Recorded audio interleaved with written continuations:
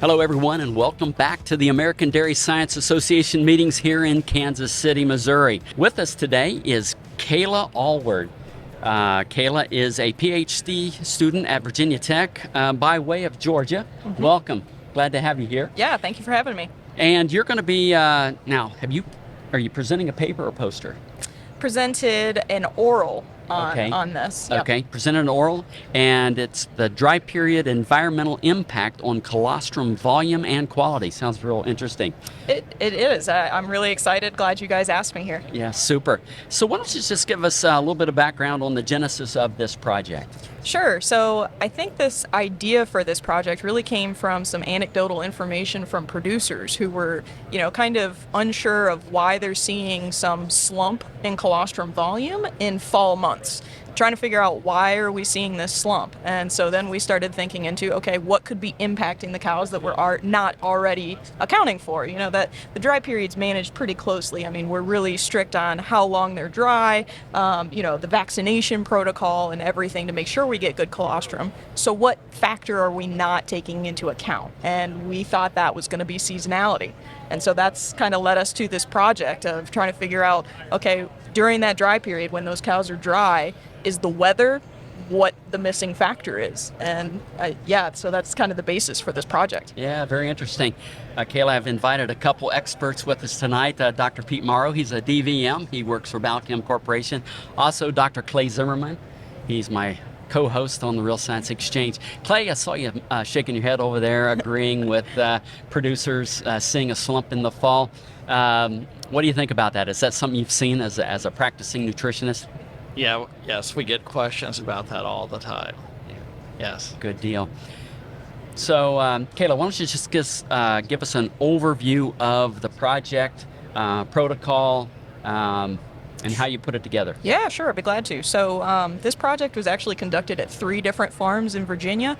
We tried to get a lot of animals enrolled in this project so we could get a really robust data set. And so we ended up enrolling 3 different farms. We had I think max about 150 animals from one farm, and at the minimum about 50 animals from each of the other farms. And so what we did was when these animals calved, we had the farm measure with a Brix refractometer, kind of an on-farm estimate of colostrum quality. They also measured colostrum volume as it was produced, and then they took a 50 ml sample for us, and we sent that off to DHIA to be analyzed for components. And we also looked at IgA, IgG, IgM, those important immunoglobulin levels. And then in addition to that, where that photo period and kind of THI thing comes into play is after we collected all that data, I went back and found what the nearest weather station was to each of those farms. And then for each day that the cow was dry, figured out what the average length of daylight that she was exposed to was, and then also figured out what the average daily THI, or temperature humidity index value, was. And then figured that out for her whole dry period, came up with an average for her far off period and the close up period to try to make some associations with, what was going on with weather and how that impacted their colostrum volume and quality. So were they very far apart, or were they? Yeah, so we tried to capture a range, and we got some dairies in Northern Virginia, some right near us in Southwest Virginia. We got a wide range. Interesting. Yeah. From your studies, you think you'd take and be a practical application in terms of, talking about day length? You think we could do some day length manipulation to improve colostrum production and quality? Yeah, that's a good question. It doesn't seem that the photo period seemed to impact colostrum quality and volume much. It seemed like the temperature humidity index was really that more important factor. And so it's already in place, the recommendation for dairy farmers to limit the amount of light that cows are getting while they're dry, because that's going to improve milk production after they calve. And so we kind of wanted to see could that be having negative impacts on colostrum? And we didn't see that. So it seems that THI is the more important factor. And when we started getting cows that were up in those higher THIs, they were having negative impacts on their colostrum volume and quality. But of course, that doesn't really jive with what producers are seeing. They're saying they're seeing a slump in colostrum in the fall. So I've still got some more research to do with that to try to figure out why they're seeing that slump and we're not in our data. But it does seem that THI is the more important factor. And what's more interesting is that it was only for the close-up period. So all the data that we collected on the far off dry period, so anything from the day they went dry until 21 days before they calved, didn't really have any effects on colostrum. It was just that close-up 21-day pre-calving period that was real critical. So, Kayla, were the samples were taken all throughout the year? Yeah, so we collected data for about a year and a half. So I think it was something like November from one year, all through that next November, and then into July or August of that next year. So we not quite 2 years of data, but yeah, quite at least one full year capturing that whole season. Have you had the opportunity to look at anything besides immunoglobulins, maybe into the cellular content of the colostrum? Is that something you've evaluated? Good question.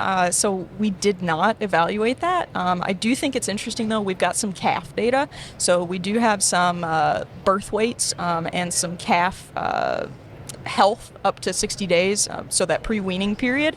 And I haven't had a chance to analyze that data yet, and it's on only a subset of those animals, but I'm really excited to see what that data looks like, to see if we can make some associations with, seasonality and that calf health factor.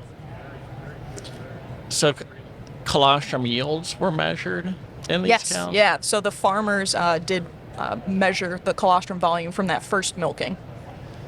So, how soon after calving were they harvesting colostrum? Good question. So it ranged a little bit farm to farm, but they had pretty strict procedures in place, and they did have a night shift crew on all of those farms. So it was within 6 hours of calving. So we tried to get pretty right after calving to get that first measurement.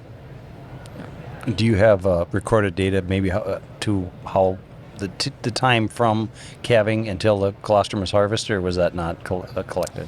We do have that, and we also have the time of day that the animals calved and that sort of thing. We did have a couple issues with maybe some differences farm to farm with not writing down the exact time, so we don't maybe trust that data quite so much. We did make sure that everybody was collecting everything within that first 6 hours, but some of that other data that the farmers were putting in might be a little bit off, so I haven't included that in any models yet.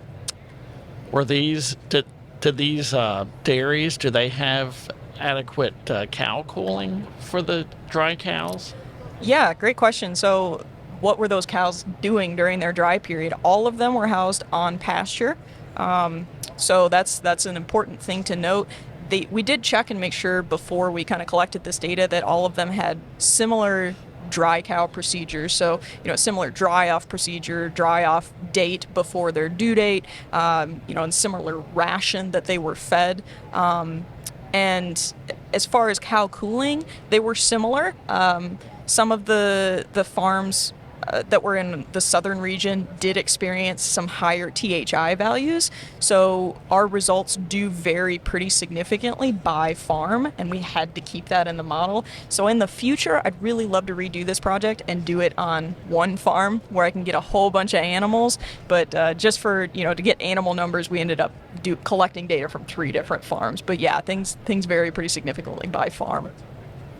So you talked about the future, wanting to do it again. Are you going to be able to? Do you have enough time? Well, that's a really cool question. So we actually did our own study on cows at Virginia Tech, where we housed them completely in a temperature-controlled environment and just manipulated a photoperiod to try to tease out, is it photoperiod, is it THI? And that's another abstract that I included, but I can share with you guys that there wasn't any differences by photoperiod. So when cows were exposed to either a long day of 16 hours of light or short day of 8 hours of light per day, there was no effect on colostrum volume and colostrum quality that we've seen so far. And we did that study with Jerseys and Holsteins. So it's pretty interesting that we're not seeing that difference there. That's what leads me to believe maybe temperature humidity index is more that important factor. So in your photoperiod study, did you see effects on milk production beyond colostrum? Yeah, great questions. We did. So we followed those cows until they were, I think, 15 weeks in lactation, and we did see that the animals that were limited in photoperiod produced more milk after they calved. But there's a little bit of a conflicting data. We didn't see as much of an increase in Holsteins. We saw a big difference in our Jerseys, not as much in the Holsteins. So we're still trying to tease out, what are some breed differences, because these guys are definitely behaving differently after calving. Kayla, as we wind down here, do you have any final thoughts you'd like to share with the audience? I think this is a really cool project. I think it highlights that we're really closely managing colostrum as an industry and looking at a lot of cool key factors. And I think most of them have been explored and kind of dialed into what we need to make the recommendations for them in order to perfect colostrum volume and production. But I still think that there needs to be some more research in photoperiod and temperature humidity index, and particularly how they differentially impact different breeds of animals. I think there's some information out there that we haven't yet collected, and so I'm excited to keep doing some research on that and get some more information so we can make more recommendations and improve colostrum for the industry. I want to thank you for stopping by today, Kayla. You're a very bright, very impressive young lady. Very articulate. What's the future hold for you? You're in your third year, PhD student at Virginia Tech. Where do you go from here? Yeah, so I'm excited to be writing a postdoc grant. I'm hoping I'm going to stay right at Virginia Tech. I'm going to switch gears a little bit and get into reproductive physiology. So that's what I did for my master's, and that's what I'm hoping to get back into for my postdoc. And then I'd love to go into academia, teach students, have a role in extension and helping producers, and continue conducting research. Clay, I was hoping she'd say she'd wanted to go to industry, because I think we got a good one here. So. That's right. Yes. Well, Kayla, I appreciate you stopping by. Appreciate all the research that you've done, and wish you all the best. Yeah, thank you so much. Thank you for having me. All right, very welcome. We'd love to hear your comments or ideas for topics and guests, so please reach out via email to anh.marketing@balchem.com with any suggestions, and we'll work hard to add them to the schedule. Don't forget to leave a 5-star rating on your way out. You can request your Real Science Exchange t-shirt in just a few easy steps. Just like or subscribe to the Real Science Exchange and send us a screenshot along with your address and t-shirt size to anh.marketing@balchem.com. Balchem's Real Science Lecture Series of webinars continues with ruminant-focused topics on the first Tuesday of every month, monogastric-focused topics on the second Tuesday of each month, and quarterly topics for the companion animal segment. Visit balchem.com/realscience to see the latest schedule and to register for upcoming webinars.